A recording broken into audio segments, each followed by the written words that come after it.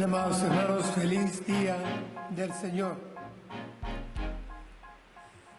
En esta mañana la exposición bíblica nos habrá de remontar a aquella noche en la que el Señor Jesús celebró la cena pascual con el grupo apostólico en Jerusalén. Esa noche el ambiente en el aposento alto era de tristeza y de tristeza extrema. Se presentía la separación, la despedida. El maestro había estado preparando a sus discípulos en conversaciones previas, advirtiéndoles que el Hijo del Hombre habría de ser entregado en manos de pecadores, que el Mesías habría de sufrir y que, por lo tanto, venían tiempos especiales de crisis, de cruz. Había un sabor a despedida que hacía difícil la cena. La conversación sobre eso giró. El mismo Señor les dice a ellos antes de cenar, les confiesa: mi alma está muy triste. Reina Valera dice: con una tristeza mortal. Triste hasta la muerte, Reina Valera 60, es decir, una tristeza extrema anidaba en el mismo Señor Jesús. Ese pasaje relatado por Juan, el texto juanino, se nos refiere, por lo tanto, a tres elementos que quiero tengamos presentes en esta mañana. En unos pocos versículos encontraremos cómo se toca el tema de la muerte física, cómo se toca el tema de la importancia de creer, de tener fe, y cómo se toca el tema del cielo, la morada celestial del Padre. Este no es un sermón temático, no voy a desarrollar ninguno de esos tres puntos en profundidad. Me limitaré a lo que el texto bíblico expone sobre ello. Y a manera de introducción me gustaría recordarles que el hombre, el ser humano, la raza humana, el hombre, la mujer,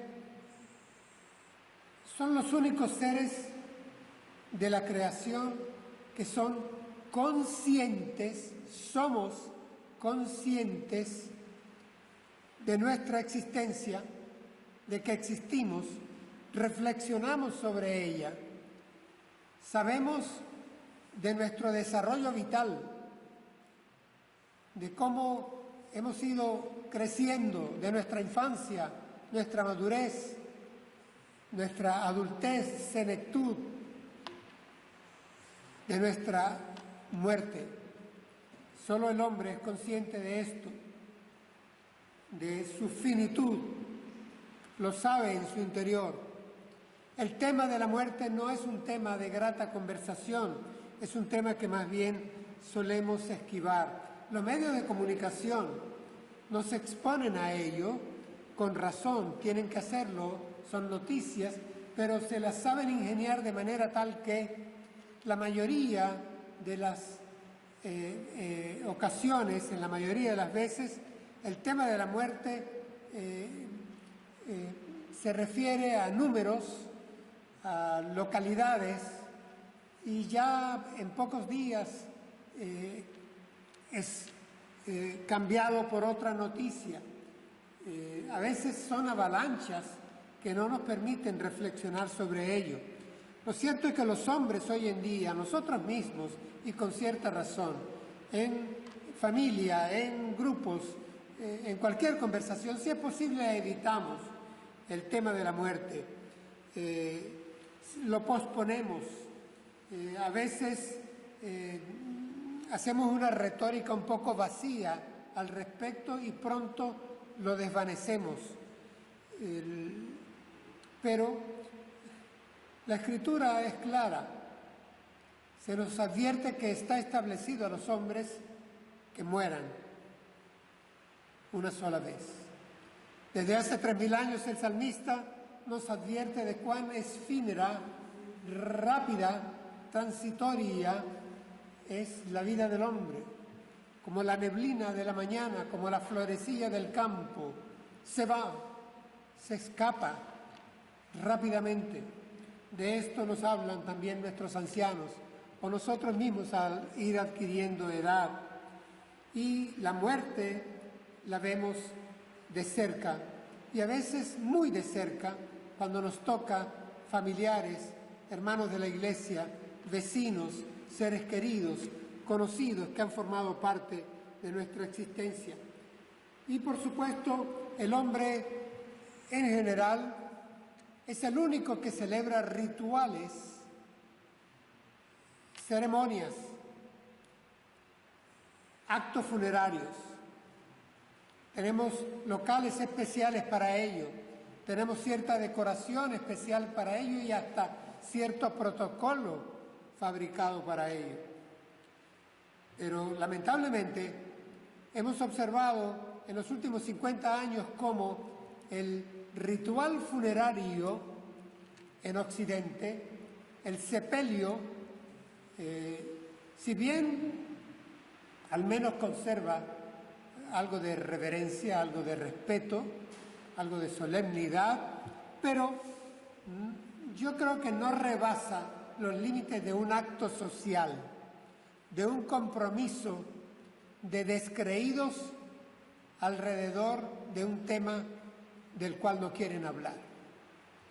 Muy pronto en los tanatorios, pasadas los minutos o las pocas horas, empezamos a oír que la conversación es de todo tipo, menos del tema del dolor profundo que ocupa a los familiares o de la partida del que se ha ido. Y luego, en cuanto al tema del cielo,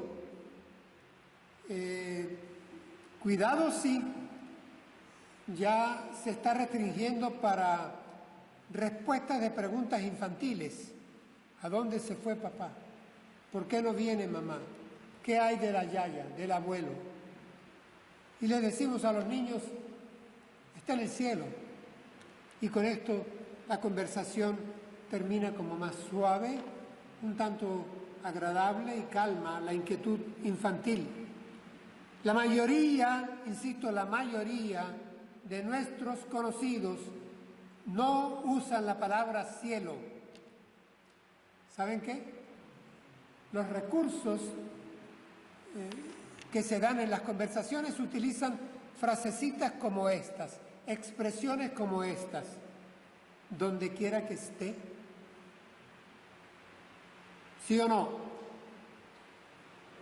Hacemos o vemos hacer un ejercicio de cuellos que se inclinan hacia arriba, un mirar a las nubes o al techo, señalar con la mano o con el dedo, como que si en el universo existiera arriba, abajo, derecha, izquierda, pero hay un mirar, un señalar, un esquivar en las palabras, porque no hay claridad de destino.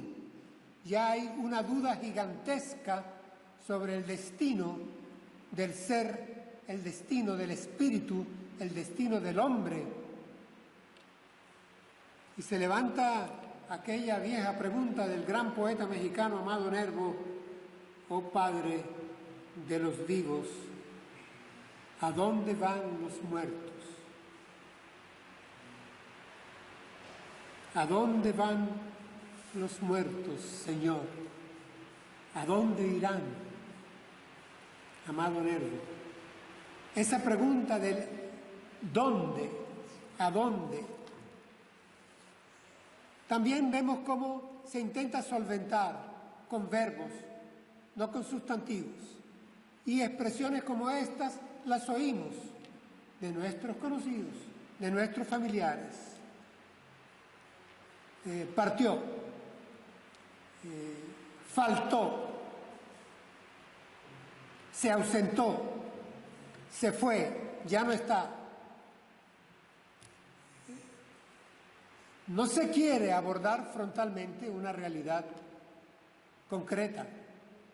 Y a veces inclusive yo creo que esto responde a una mezcla no soluble que existe en la sociedad hoy en día en donde estamos.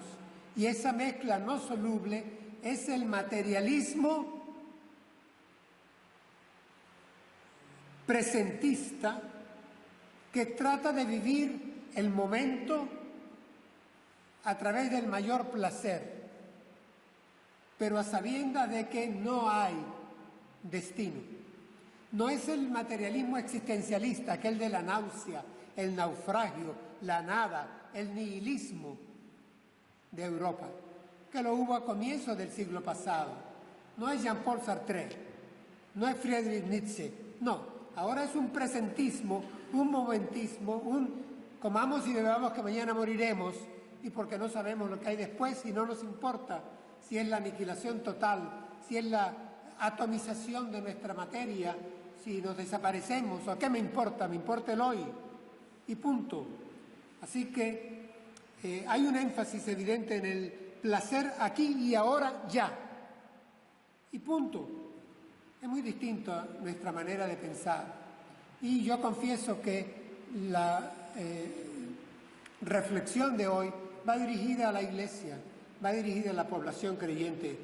Quien no lo sea puede ausentar su disposición a escuchar. Nosotros levantaríamos la pregunta del apóstol Pedro cuando le dijo al Señor: Señor, ¿a quién iremos? ¿A dónde vamos? Solo tú tienes palabras de vida eterna, de vida eterna. Y es que, hermanos, la vida eterna ya tampoco se considera parte de la agenda de reflexión del hombre del siglo XXI en Occidente. La idea central que voy a exponer con 3 versículos que están en el libro del Evangelio según San Juan es la siguiente. Quiero que presten atención. La idea central de este sermón es la siguiente. Nuestro destino final es la casa del Padre. El Espíritu Santo nos guía y nuestro Señor Jesucristo, el Hijo de Dios, nos espera. Lo repito, nuestro destino final es la casa del Padre. El Espíritu Santo nos guía y nuestro Señor Jesucristo, el Hijo de Dios, nos espera. La Trinidad en acción. Es la casa del Padre nuestro destino. Es el Espíritu Santo quien nos guía más allá de la muerte y es el Señor Jesús quien nos espera en la casa del Padre. Esta es la idea central.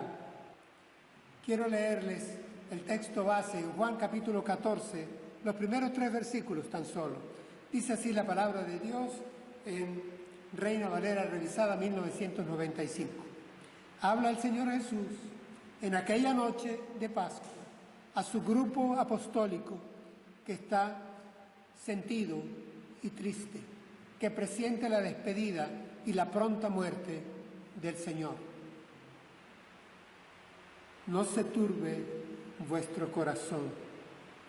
¿Creéis en Dios? Creed también en mí. En la casa de mi Padre muchas moradas hay. Si así no fuera, yo os lo hubiera dicho. Voy, pues, a preparar lugar para vosotros. Y si me voy y os preparo lugar, vendré otra vez y os tomaré a mí mismo para que donde yo esté, vosotros también estéis. Esto es otra historia. Esta es nuestra fe. Esta es nuestra doctrina. Esta es la esencia del Evangelio. Comencemos el análisis de las palabras del Señor. Comienza diciéndole a los discípulos: no se turbe vuestro corazón. Creéis en Dios, creed también en mí. La palabra turbar en el griego es tarazo, que quiere decir temblar, pánico por agitarse ante una aflicción. Sí, hermanos, en los 11 había abatimiento, había desolación, había confusión. El maestro iba a ser sacrificado en la cruz, iba a morir. Y estaban turbados, pero turbados da la impresión de confundidos nada más. No, estaban temblando, agitados, todo su ser. Sabemos muy bien que para los judíos el corazón era el centro mismo del ser. Aquí la frase podría ser: no tiemble todo vuestro ser. No tiemble todo vuestro ser. El diagnóstico que hace el Señor lo hace en cercanía, en comunión, alrededor de la mesa. Los ve que no disfrutan de la mesa, están impregnados de dolor, de angustia, de aflicción. Y Él les dice: no tiemblen, que no se sacuda vuestro ser por las noticias que les he dado, lo que me va a pasar. No tiemblen ante la muerte. Ese es el diagnóstico. Ahora, el diagnóstico es evidente. ¿Cómo atender esa aflicción? ¿Cómo atender esa incertidumbre? ¿Cómo atender ese abatimiento? ¿Cómo atender esa tristeza profunda? Eso sigue hasta el día de hoy. ¿Cómo atenderlo? ¿Qué clave hay? La clave yo la encuentro en las palabras del Señor. La clave está en creer. La primera frase dice: que no se turbe vuestro corazón. La manera de que no os aflijáis ni tembléis en extremo, que no se destroce el corazón ante la muerte, es creyendo. Y dice: creéis en Dios. Este es un hecho, lo sé. Vamos, esto es la primera parte de la atención. Es necesario creer en Dios, indudablemente. Aquí se da como indicativo, como imperativo, como recordatorio. Cuando uno hace el análisis de la expresión, se da cuenta que el Señor toma la fe de ellos, la fe de los discípulos. Estos eran judíos, creyentes en Yahvé, creyentes en el Dios nacional. Y el Señor, aunque la fe fuera en el Dios de Israel, en el Dios que es real, oye, oh Israel, Jehová vuestro Dios, Jehová uno es real el Dios de Israel.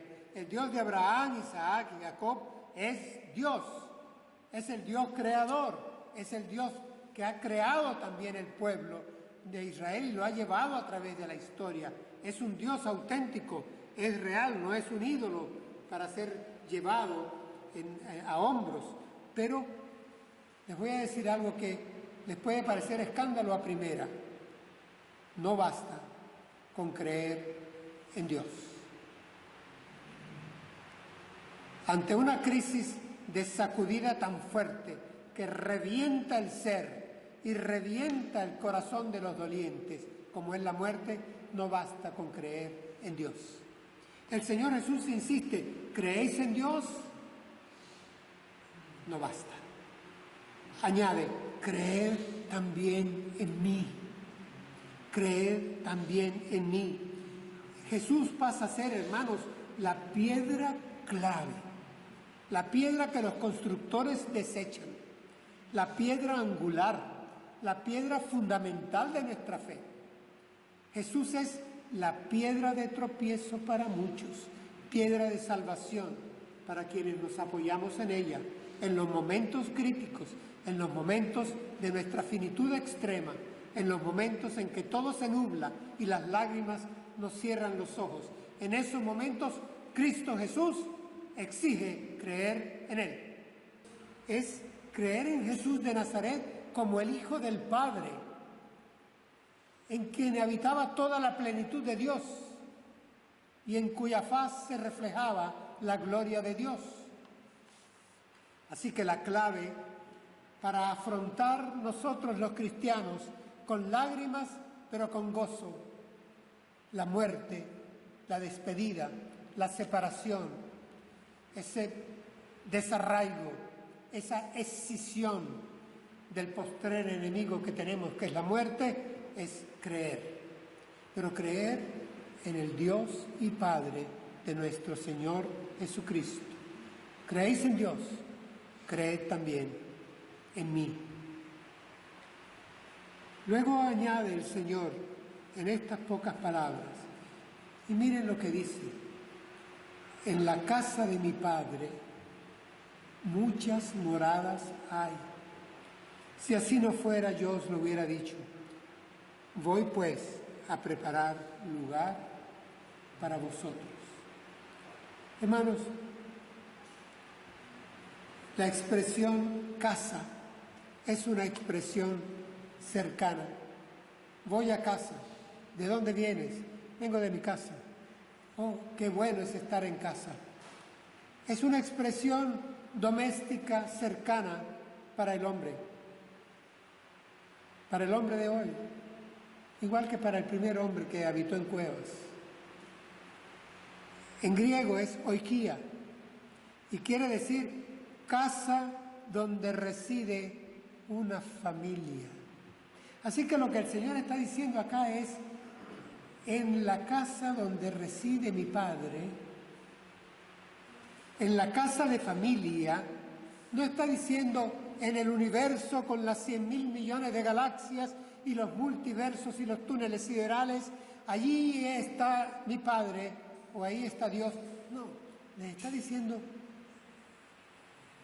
en la casa, como las que ustedes tienen. Mi Padre tiene una casa. Pero noten, sí, por favor, que es el mismo Padre que en su oración Él invocaba y les enseñaba que oraran a Él diciendo: Padre, Abba Padre, Papá, que estás en los cielos. Porque es real, es verdad, está en los cielos. Pero ahora, en este momento de crisis, de angustia, de dolor, con la cercanía de la muerte, Él presenta al Padre viviendo en una casa. Y en una casa muy cercana. Cuando preparaba el sermón, me vino a la mente cómo lo presenta el profeta Isaías. Miren, dice así, escribe así el profeta: así ha dicho el Señor. Miren qué solemnidad, qué grandeza. El cielo es mi trono y la tierra el estrado de mis pies. ¿Qué clase de casa podrán edificarme? ¿Qué lugar pueden ofrecerme para mi reposo? ¿Notan la majestad, la grandeza, la infinitud de Dios? Esa es real, pero también es real la de el aposento alto en esta noche en Jerusalén, cuando en pocas horas el Señor va a ser hecho preso, torturado, golpeado, un juicio amañado, clavado a un madero, sepultado. Frente a esa realidad trágica, el Señor habla de la casa de mi Padre. Y ni siquiera es solo la oikia, la casa, es la casa de mi Padre. Así que, hermanos, Jesús habla aquí a los suyos con la autoridad de quien ha estado en esa casa, que la conoce, que de ahí viene y que ahí va a volver. Y lo llama Padre. Es la casa de mi Padre, es mi casa de la que les estoy hablando. Hay aquí una cercanía preciosa. Está hablando del hogar donde reside, donde vive, donde habita la gloria del Padre, el Padre mismo y los que nos han precedido en la partida, a nosotros. ¿Qué dice de esta casa? Dice: muchas moradas hay. Habla de la suficiencia. Esa casa es suficiente. Es suficiente para que ahí habite aquella multitud de la que nos va a escribir Juan en la visión apocalíptica, una multitud que nadie puede contar, una multitud de todo pueblo, raza, lengua, nación, una multitud de toda raza, una multitud incontable que habitará en la casa del Padre. Es suficiente lugar, suficiente lugar. ¿Qué garantía ofrece el Señor? Continúa el texto y les dice a los suyos: voy pues a preparar lugar para vosotros. Voy pues a preparar lugar para vosotros. Ahí está Tácito, es el yo voy pues, yo, el que está sentado con ustedes aquí, el que va a partir el pan, el que va a pasar la copa. Yo voy a preparar lugar para vosotros. Voy a la casa de mi Padre a preparar el lugar. Me gusta cuando el libro de Hebreos se refiere al Señor Jesús como el precursor de nosotros, el que abrió camino nuevo. Y la palabra en Hebreos es prodromos, que es la palabra que usaban los ejércitos para aquel pequeño grupo de soldados que se adelantaba para abrir camino, asegurar camino, a fin de que el ejército que venía detrás no corriera ningún riesgo, fuera por camino seguro. Ese era el prodromos que usaban los romanos para sus ejércitos. Era el prodromo, había sido el prodromo de los griegos. Incluso este prodromo se usaba para los grandes barcos mercantes que llevaban adelante un pequeño barco guía que les decía por dónde debían conducir el timón a fin de no encallar. Es Jesucristo nuestro prodromos, el precursor, porque Él fue primicia, dice nuestra palabra, nuestra Reina Valera, fue primicia de los que durmieron, primicia en resucitar, primicia en ascender a los cielos, primicia en entrar al lugar santísimo, abriendo camino nuevo, abriendo camino directo a la presencia del Padre, prodromos. Esa es la garantía para nosotros. Y miren cuál es su agenda. Yo me voy a preparar lugar para ustedes. Hermanos, cuando el Señor Jesús entra en el cielo, un pedazo de tierra glorificada entró en el cielo. Él entró con cuerpo glorificado. Cuando Él nació en Belén, un pedazo de cielo entró en la tierra. Cuando Él asciende a los cielos, un pedazo de tierra asciende al cielo. Tierra glorificada, sí. Él está preparando lugar para nosotros. ¿Y cuál es su agenda? Termina en algo más. Dice: me voy y os preparo lugar y vendré otra vez. Miren la agenda completa. Yo me voy, preparo lugar y luego vuelvo, luego regreso. Su segunda venida.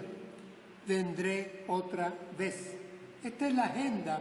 Él lo había dicho antes y en una manera hermosa. Yo se lo recuerdo a ustedes hoy, me lo recuerdo a mí, a todos nosotros como congregación. Él dijo: ¿saben qué? Yo subo a mi Padre y a vuestro Padre. Él nos dijo que lo llamáramos Padre nuestro, pero Él también lo llama Padre. Es verdad que con mayúsculas, Él es el Hijo, pero nosotros somos hijos con minúsculas.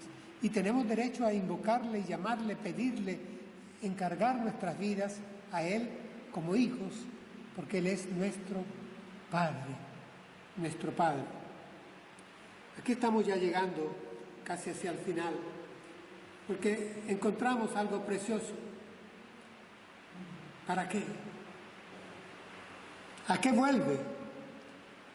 En sermones anteriores hemos dicho que Él vuelve a ponerle fin a la historia actual como la conocemos. Todo cambiará con su segunda venida, con su regreso, sí, así es. Pero aquí no se ocupa de ello. Aquí dice: os prepararé el lugar, vendré otra vez y os tomaré a mí mismo. Dice Reina Valera 60, igualmente lo respeta Reina Valera 95, pero si vamos al texto griego, dice, en lugar de tomaré a mí mismo, dice paralambano. ¿Saben qué quiere decir? ¿Cómo pudiéramos leer esto en el estricto griego? Os abrazaré.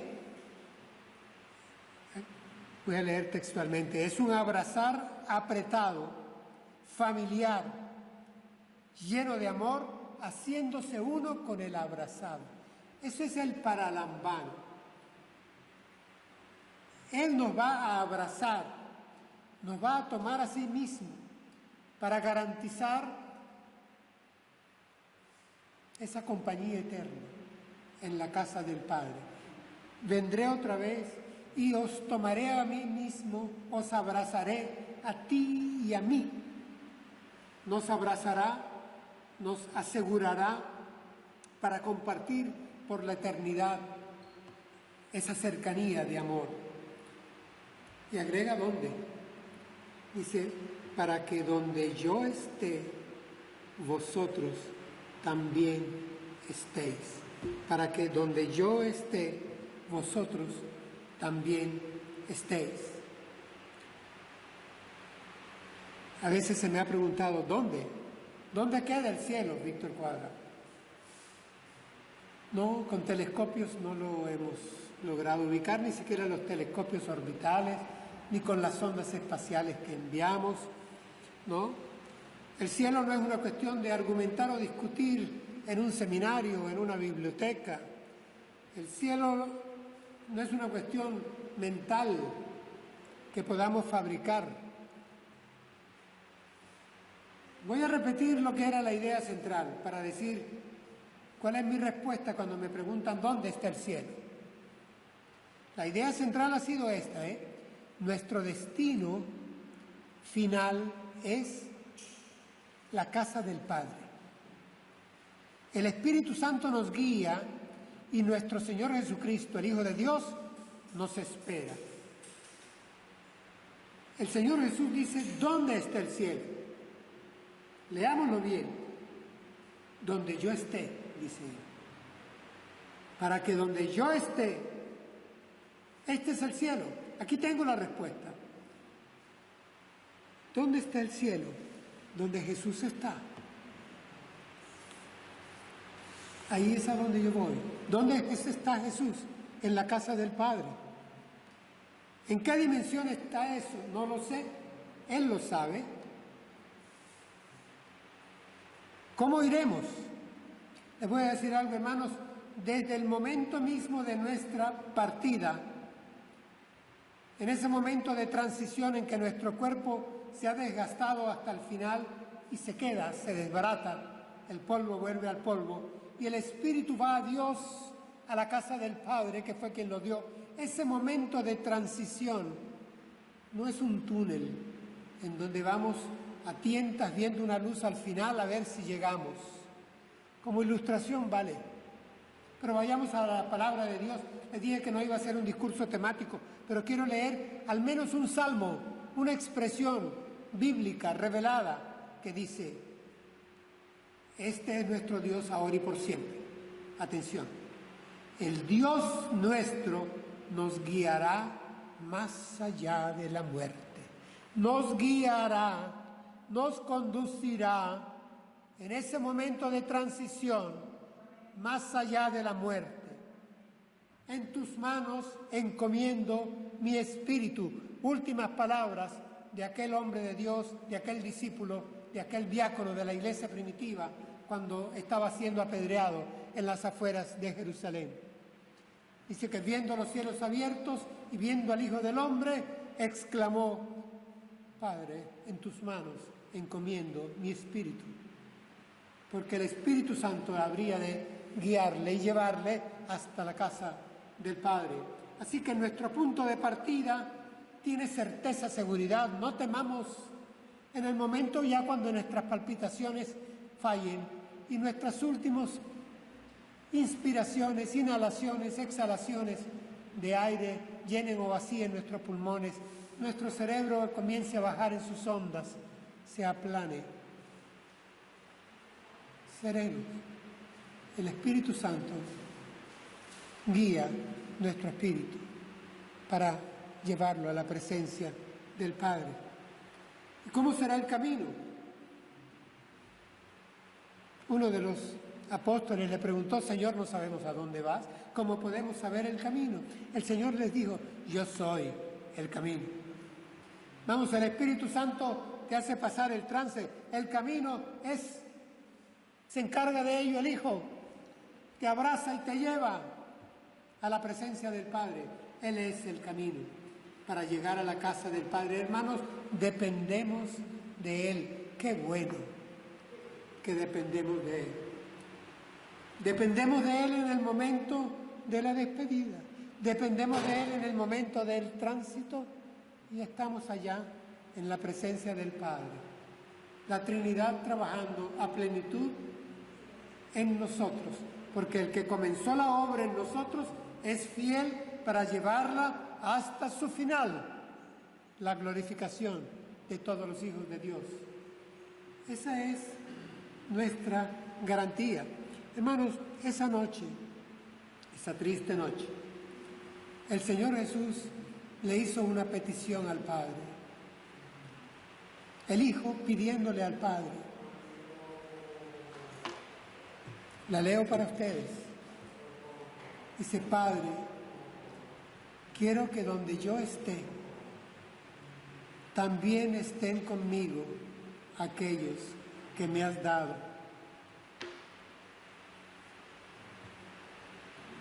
Orando por nosotros.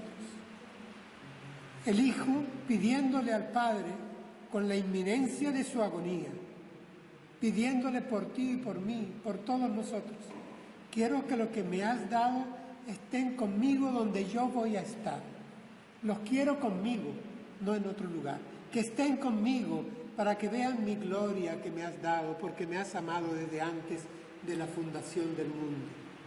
Qué precioso. Sí. Hermanos, nosotros identificamos al cielo con la casa del Padre, con la casa del Padre Celestial. Ese es el cielo. Nuestra vida no termina acá. Nuestra vida tiene proyección eterna. Y de eso se encarga el Espíritu Santo, Jesucristo, el Hijo de Dios, y el Padre mismo. Dejemos terminar la historia. Estamos en muy buenas manos. Dependemos de Él. Oremos y demos gracias por todo esto.